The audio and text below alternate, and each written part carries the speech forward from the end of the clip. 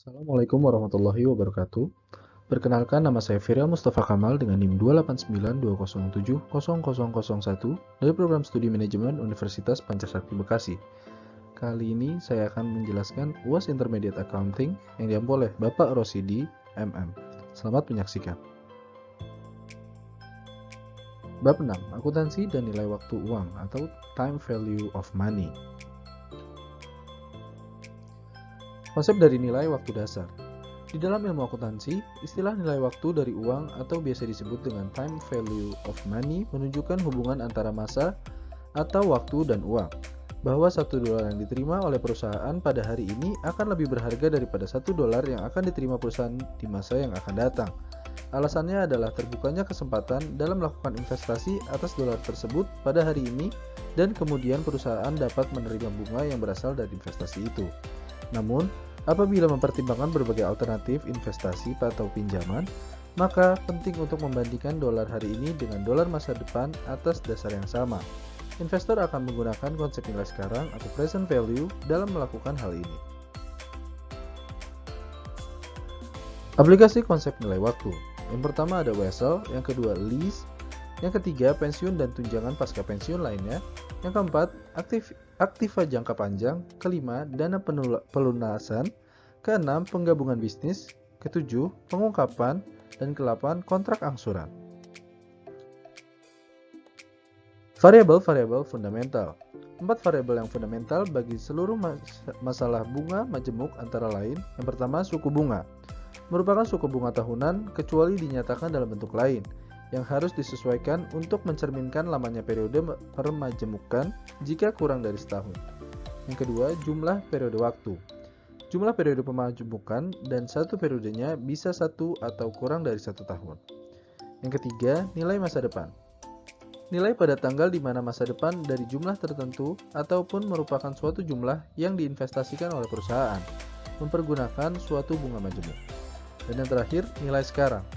Merupakan nilai sekarang atau present value dari suatu jumlah di masa yang akan datang ataupun suatu jumlah yang kemudian dilakukan pendiskontoan menggunakan suatu bunga majemuk. Selanjutnya ada anuitas. Anuitas dapat diartikan dengan sebuah rangkaian dari proses menerima ataupun membayar yang jumlahnya tetap dan dilakukan berkala dalam suatu jangka waktu yang telah ditentukan. Anuitas mengharuskan bahwa yang pertama, pembayaran atau penerimaan periodik atau yang biasa dikenal sebagai sewa selalu memiliki jumlah yang sama pada setiap periode. Yang kedua, jarak waktu antara sewa maupun pembayaran itu adalah sama. Dan yang ketiga, bunga dimajemukkan sekali setiap interval. Kita masuk ke bab 7, kas dan piutang. Kas. Kas merupakan sebuah aktiva keuangan, juga instrumen keuangan. Instrumen keuangan merupakan kontrak yang memberikan kenaikan aktiva keuangan dari satu entitas dan sebuah kewajiban keuangan atau bunga modal dari entitas lain. Kas juga merupakan aktiva yang paling liquid, merupakan media pertukaran standar, dasar pengukuran, dan akuntansi untuk pos-pos lainnya, serta merupakan aktiva lancar. Contoh kas yaitu antara lain uang logam, uang kertas, pos wesel, dana yang tersedia pada deposito di bank, cek yang disahkan, cek pribadi, cek kasir, dan wesel bank. Pelaporan kas. Berikut merupakan masalah-masalah yang berhubungan dengan pelaporan kas.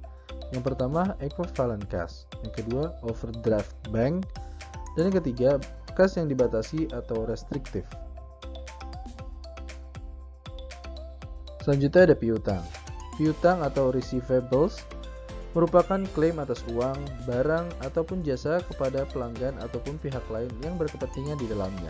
Di dalam neraca, piutang diklasifikasikan sebagai piutang dagang dan piutang non-dagang. Kita bahas yang pertama yaitu piutang dagang. Piutang dagang atau trade receivables adalah sejumlah barang maupun jasa yang terhutang oleh pelanggan, di mana barang ataupun jasa itu telah diberikan kepada pelanggan di masa lalu sebagai bagian dari operasi bisnis yang normal bagi sebuah perusahaan. Piutang ini selanjutnya disubklasifikasikan menjadi dua, yaitu yang pertama piutang usaha dan yang kedua adalah wesel tagih.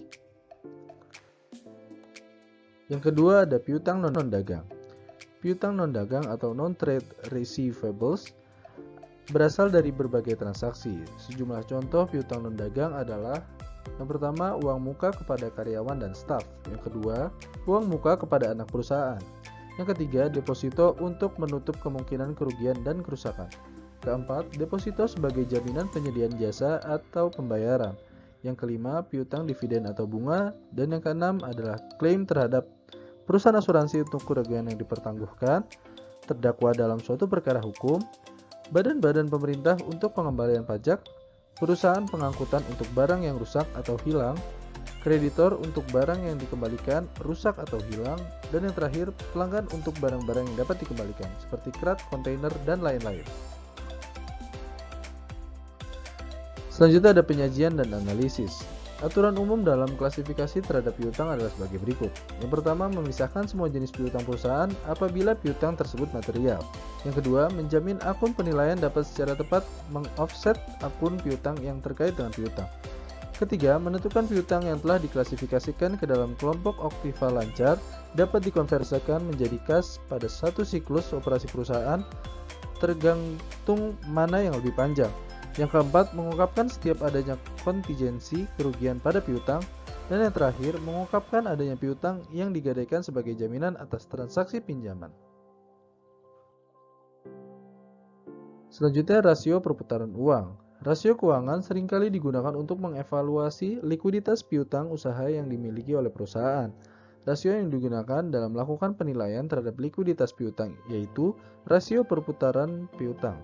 Rasio perputaran piutang dapat mengukur beberapa kali secara rata-rata piutang yang berhasil ditagih dalam satu periode operasi suatu perusahaan. Rasio ini kemudian bisa dihitung dengan cara melakukan pembagian antara penjualan bersih dan piutang rata-rata bersih yang beredar pada tahun berjalan. Sekian resume dari bab 6 dan 7 yang bisa saya sampaikan. Apabila ada kekurangan saya mohon maaf. Wassalamualaikum warahmatullahi wabarakatuh.